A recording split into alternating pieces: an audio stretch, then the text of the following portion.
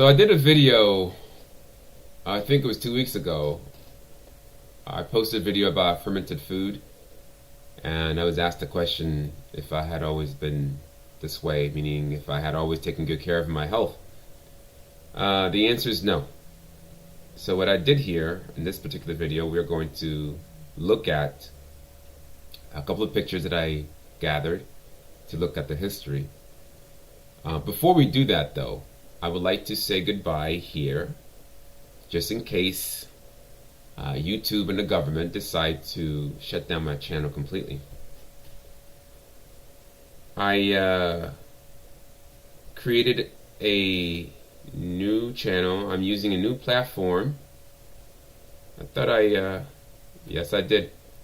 So the new platform that I'm using is BitChute, BITCHUTE.com. I posted 2 videos already on BitChute.com. The name that I'm using is the Triple Cross, the same name. My legal name is Agbe Ben Ipao. So if you were to type in the Triple Cross, if you were to search for me, and let's say I open up a new I subscribe to a new platform, whether it is whatever. If you type in Triple Cross and put my name, even my first name should be sufficient. Type in the Triple Cross and put my first name. I'm sure you'll find me. The good news is if they shut down my channel, which I think there's a strong possibility of it, because a lot of other people are being shut down already for not doing anything wrong, not even violating the child requirements here. So you never know. So let me just say goodbye here and show you how to find me just in case. So in any case, I gathered a couple of pictures to talk about the history of my progress, or nutritional progress history, if you like. I didn't plan this, so I'm just doing it impromptu. Okay, so the first picture that I have here is a picture of my mother. Not that that's really terribly irrelevant, but that's my mother on the left here, when she was much younger. Okay, this is my brother, my hero, one of my protectors. He is quite powerful. He is working on his issues on the other side, he told me. Not specifically told me, but it was told to me. So he's actually very high, which is good. So he will be returning to source consciousness after this life. After, when I'm done here, we will ascend together. Initially, I wasn't sure if I were going to source alone, but when I was told many times that this is my last life in the waking state and the non-waking state, I said I wasn't going to source. I refused to go to source unless he were with me, because he came with me straight from source. We volunteered together. So when the council took him out, there's no way. I mean, you don't come like a soldier, you come to do a job and you leave a man behind. You don't do that. So there's no way. For me, going to source was never the objective. So in terms of nutrition and overall well-being, once I woke up and understood that there's life after death, and that has nothing to do with religion or science and division, skin color, I wanted to be okay. I wanted to feel good. I wanted to do what was good for me, to be okay physically and non-physically. That was my objective. My objective was never to return to source. At least I wasn't thinking along those lines. I was thinking about what can I do, what I could do to get rid of anxiety, to get rid of depression. And so that's when I started. In 2009, I I changed my diet completely. I gave up meat and fish, and I give examples of how I was able to do that in the books. Before 2009, however, the awakening process began a few years before 2009. I think it was 2007 when shit hit the fan. Black magic was used against me, and I didn't know that black magic was being used against me way before then. But in 2007, so much was put on me and inside me, dark entities, that I could no longer handle it. I at one point, if I had a gun, it was 2008. If I had a gun, I would have shot my insides out. It was that bad. It was that bad. So what is being done to us is more than philosophy. It's more than an opinion. It's real. People make comments. People say things, and they assume that everything is an opinion. When they get to the point of extreme suffering, I guarantee you they will reconsider whether or not it's merely an opinion, such as black magic. So at that point, I was able to see dark entities. Slightly see it, but mostly feel. Yeah, I saw a bit of it in my room. Feel the presence and feel the darkness around me. Before 2009, a year or two before 2009, it was so bad. And plus I was freezing, and I ended up losing my house, thank God. That was the most expensive lesson that I learned. So before the black magic though, but before I go to another example here, the black magic thing started with two young women. The first saw me for the first time, and she decided that she was in love, and I just wasn't feeling her, and I didn't start a relationship with her. I did not start, but she decided to do things to make the relationship, the non-relationship, I don't know, whatever. So that was the beginning of my hardship.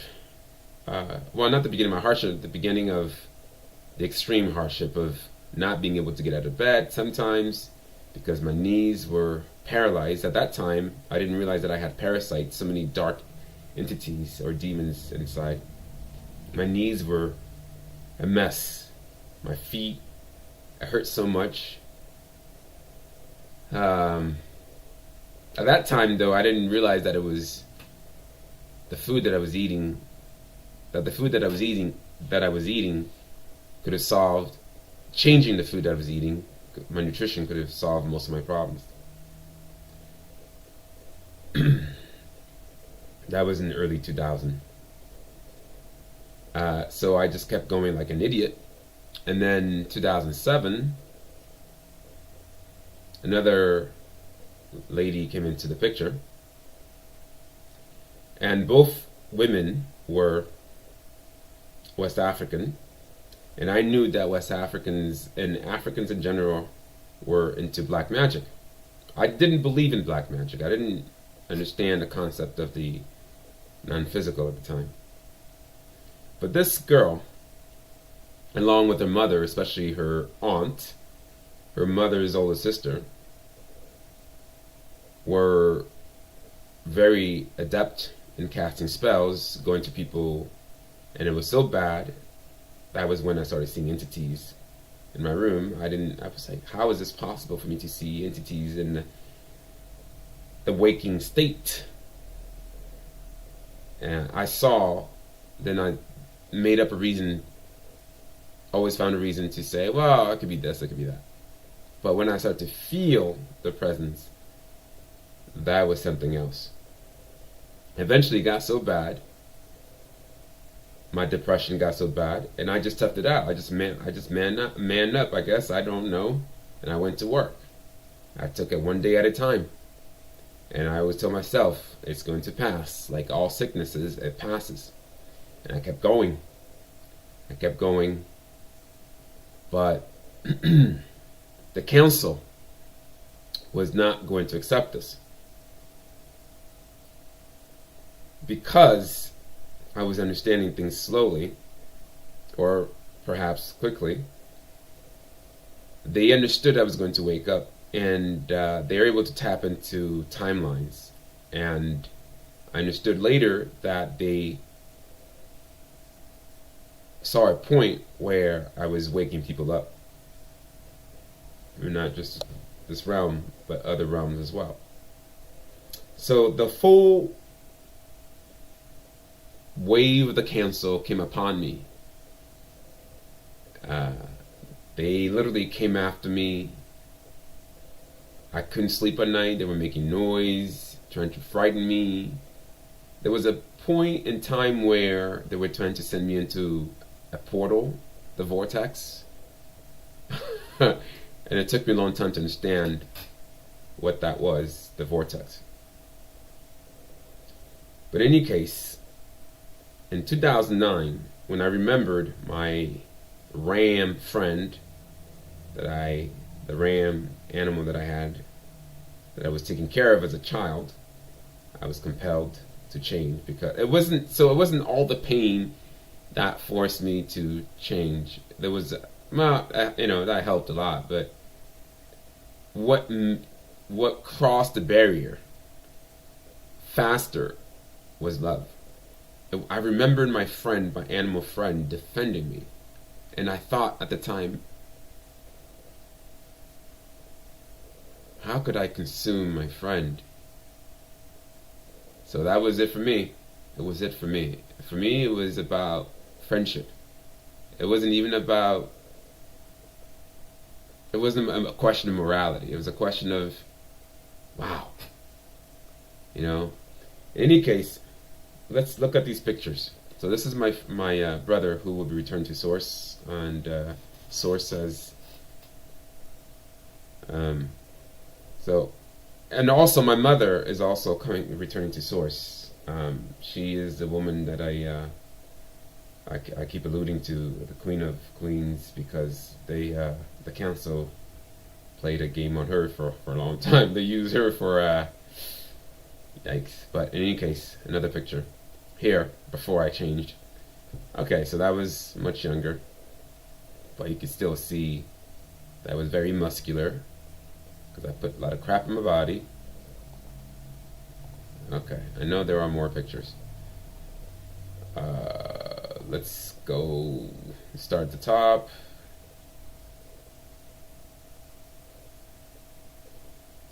We're almost done here, so just bear with me. That was way before I changed. This is in New York City. Very muscular, but what do you do with muscles? You eat your muscles? No. You just need enough to do what you need to do.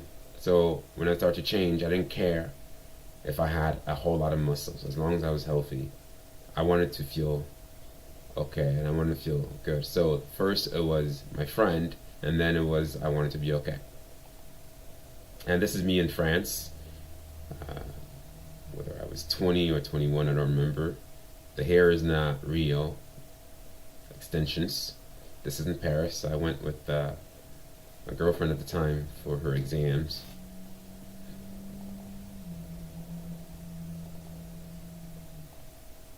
Okay, here's another picture after my change. Okay, so the picture I just showed you, I don't want to have this up too long because YouTube is always looking for an excuse.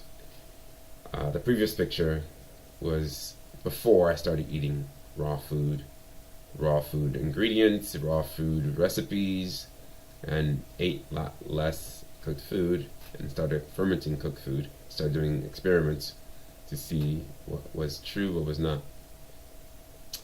Okay, so let's look at some of these pictures. This is a picture of my stuffed animal, tiger, still have it. Here, you just saw my brother. Here is my grandfather, and this is how my father looked like. Okay, well, all three people were very important in keeping me alive when the council came after me. They were my army. And later, Mother Ayahuasca, I learned that Mother Ayahuasca was also protecting me because she was the one who asked me to come straight from Source to volunteer for the mission here to help spread information about returning to Source and so forth. Something just dawned on me here. Do you see this right here? This is the original toothbrush. I don't know if you guys use this or not, but before the toothbrush was invented, what did you use to brush your teeth? Well, once I woke up, I started finding ways to not put chemicals in my body. I started using what I used to use when I was born. So I buy that and brush my teeth with it. And it works a lot better than a plastic toothbrush. And I don't use Listerine anymore. Once I stopped using Listerine, my teeth got whiter. And so this is all I use. I buy enough to last me a while, and they're not expensive. Let's see what else we have here. Okay, after the diet change, still very muscular. Okay, after the diet change, I don't know if I'm repeating myself here. Hopefully I'm not repeating myself too much. I slimmed down, look younger. Here you can see, no, let's go back a little bit. You can see, whoa.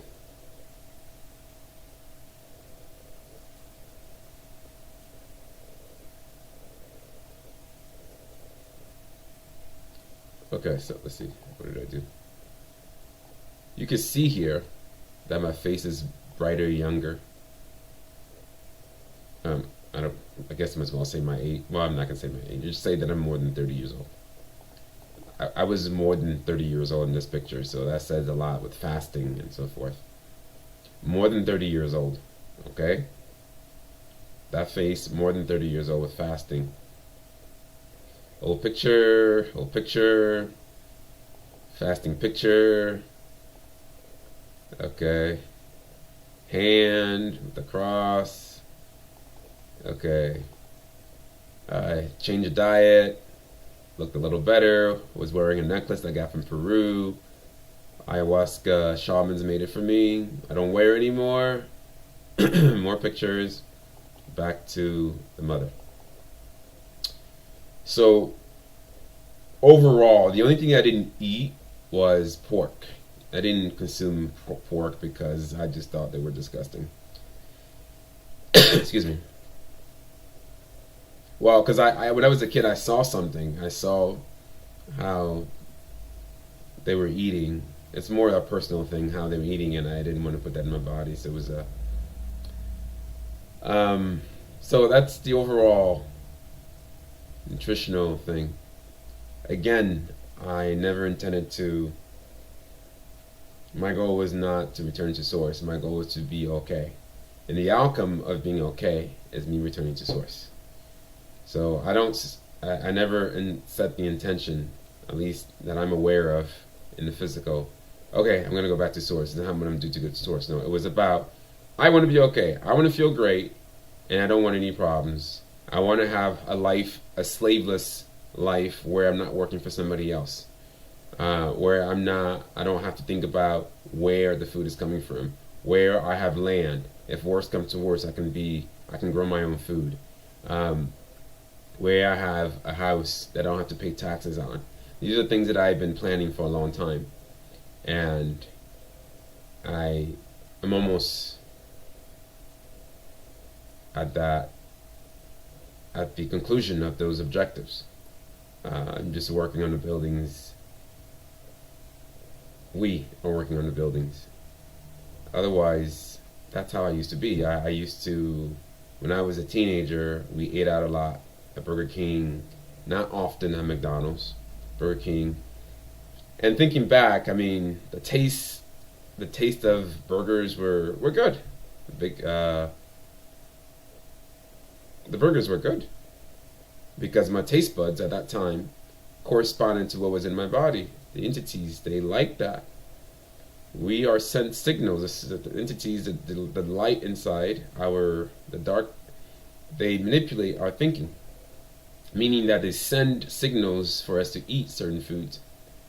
And when we try to change, they discourage us. And so, but of all the things that exist, only one thing crosses our barrier, and that is love. And love just means that you want unadulterated truth, even if it hurts. Because it only hurts because you're not aligned with the ultimate light. So that's why, even if you say something, sometimes people are hurt by it.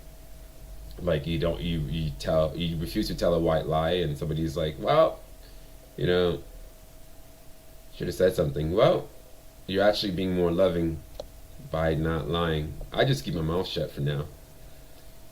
So that's my report. I'm trying to think if I left anything out. Okay, so everything, well, the major changes started in 2009, and as I woke up, I looked for clues until I eventually found ayahuasca, and the medicines such as ayahuasca and peyote helped me to get rid of most of what was in my body. And so, yeah, that's it. Okay, so good luck back to source consciousness and your well-being overall.